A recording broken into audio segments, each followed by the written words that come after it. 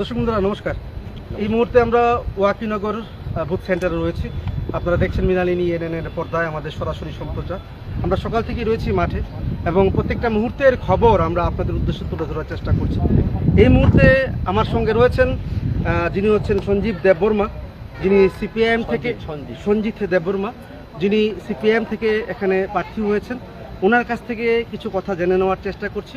আশা করছি আপনারা আমাদের পাশে থাকবেন। সঞ্জিত দা, প্রথমে যেটা বিষয় আপনার কাছ থেকে জানতে চাইব যে এই ওয়াকিনগর বুথ সেন্টারে আমি দাঁড়িয়ে আছি, আপনাদের পুলিং এজেন্ট এখানে কেন নেই? আমাদের পুলিং এজেন্ট নেই কেন, এটা উত্তর তো রাত্রি থেকেই, গতকালকে রাত্রি থেকে বিভিন্ন সাইড থেকে আমাদের একটা পুলিং এজেন্ট আমরা যাদেরকে সিলেকশন করে রাখছি, তাকে থ্রেট দেওয়া হয়েছে, দিতে পারি। তো এতে আপনাদের ভোট কাস্টিংয়ে কোনো ধরনের অসুবিধা? এটার মধ্যে আমাদের যারা আগে থেকে মনে জুড়ে সিপিএম যে আমরা ভোট দেবো এরকম চিন্তাভাবনা করে যারা আছে তাদের ভোট আমরা। কী ধরনের ভোট কাস্ট হচ্ছে, কী ধরনের মানে ব্যবস্থা আপনারা দেখতে পাচ্ছেন? যে সরকারের পক্ষ থেকে যে ধরনের ব্যবস্থা নেওয়া হয়েছে সেটা কি আপনারা স্যাটিসফাইড? মানে যেটা সিস্টেমটা এবার স্যাটিসফাইড তো মোটেই না। হ্যাঁ, স্যাটিসফাইড তো মোটেই হওয়ার বিষয়ই না। আর কী ধরনের আপনারা আশা করছেন, বা আপনি নিজে ব্যক্তিগতভাবে কি আশা করছেন, কী ধরনের রেজাল্ট হতে পারে আপনার পক্ষে? রেজাল্ট মানুষ এবার সাইলেন্ট উঠে আছে। হ্যাঁ, আপনি নিজেই উপলব্ধি করতেছেন যে এটা মানুষের যে মুখগুলা দেখতে মানুষ সাইলেন্ট উঠে আছে।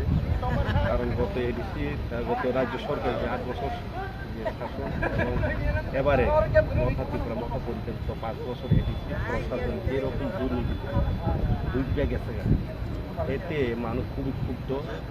এলাকার মানুষের বেকারে কোনো কর্মসংস্থান নাই, শুধু ভূত আসলে পরে এখানে যে হারে টাকা খরচ করে তারা নাচ গান ব্যান্ড পার্টি সহ মাংস দিয়া সেরা পাড়ায় যেভাবে, এবং ইদানিং কিছু অপ্রীতিকর ঘটনা যেটা আমাদের এলাকায় গত অনেক বছর যাবৎ এরকম ঘটনা হয়ে যে ট্রাইবেলের মধ্যে এখানে মারামারি হইতেছে।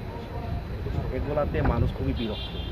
আমাদের এলাকা ওয়াকিনগর এলাকা তো এটা তো আপনার বড়মুড়া 18 এলাকা না, এখানে তো প্লেন লেন, এখানে ইন্টেলেকচুয়াল পার্সনও অনেক বেশি থাকে এখানে। এতে মানুষ ওই সব পরিস্থিতি দেখিয়া মানুষ খুবই বিরক্ত। এর প্রতিফলন আমরা এবার ভোটে পাবো। আগামী 27 তারিখ রেজাল্টে অবশ্যই এর একটা রেজাল্ট করব। ধন্যবাদ আপনার, অসংখ্য ধন্যবাদ। দর্শক বন্ধুরা, আপনারা শুনতে পেয়েছেন সিপিআইএমের যিনি প্রার্থী রয়েছেন, উনি বলেছেন যে পুলিং এজেন্ট আজকে নেই এই বুথ সেন্টারে। কেন নেই সবটা বিষয় উনি কিন্তু খুলে বলেছেন।